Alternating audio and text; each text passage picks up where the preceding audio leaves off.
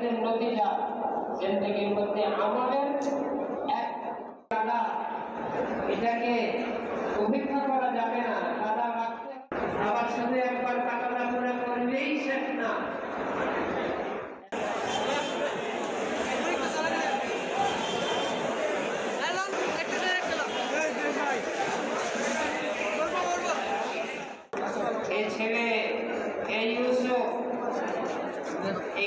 এখানে আমাদের একটা ইজতেমা ডেট হয়েছিল, সরকার কর্তৃপক্ষ, সরকারের কর্মচারীরা সবাই একটা বোর্ডের মধ্যে ছিল।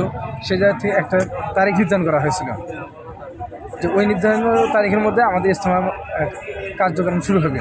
কিন্তু সাত গ্রুপের লোকেরা যারা রয়েছে ওনারা বলতেছে যে আমাদেরকে এই মাঠের মধ্যে যখন কাজ চলতেছে ইজতেমা ময়দানে, ওনারা এই কাজের মধ্যে বাধা দিচ্ছে। এমনকি আমাদের যেগুলা মুরব্বী গ্রামরা আছে ওনাদেরকে ওনারা অনেক হুমকি দিচ্ছেন, এমনকি আমাদেরকে মাঠ ছাড়ার জন্য ওনারা হুমকি দিতেছেন যে আপনারা আমাদেরকে মাঠ খালি করে দেন, না হলে আপনাদের সঙ্গে এই মারামারি এরকম একটা লিপ্ত হব।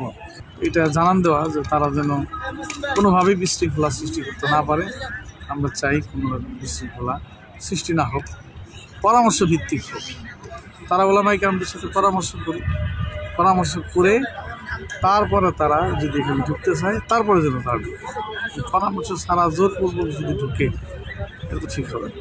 মাত্র 30% টাকায় জমির মালিক হয়ে নতুন বাংলাদেশের গড়ে তোলার স্বপ্ন দেখা বাংলা বসতি। নাজমুল করিম উনি গাজীপুরের কমিশনার আর স্বরাষ্ট্রমন্ত্রীর কোনো দায়িত্বে আছেন মনে হয়, খুদা বক্স নামে এক ব্যক্তি।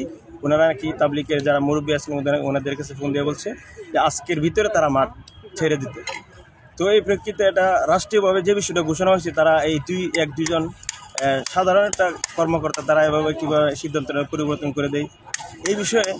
তো উলামায়ে কেরাম আজকে একটা পদক্ষেপ নিলেন যে সংবাদ সম্মেলন করে বিষয়টাকে স্পষ্ট করে দেওয়া। এবং আমরা চাচ্ছি যদি সাধারণভাবে এই বিষয়টা সমাধান না হয় তাহলে ভবিষ্যতে ইনশাল্লাহ আমরা যেভাবে আমরা করতে পারি, সরকার যদি বিষয়টা সমাধান না করতে পারে তাহলে আমরা যেভাবে প্রয়োজন আওয়ামী লীগকে আমরা যেভাবে দেশ থেকে প্রতিহত করছি, ঠিক তদ্রুপ এই বাতিল সাতপন্থী যারা অনুসরণ করা আছে তাদেরকে আমরা চিহ্নিত করে বাংলাদেশ থেকে বিতাড়িত করব এবং আমরা হক নিয়ে কাজ করব।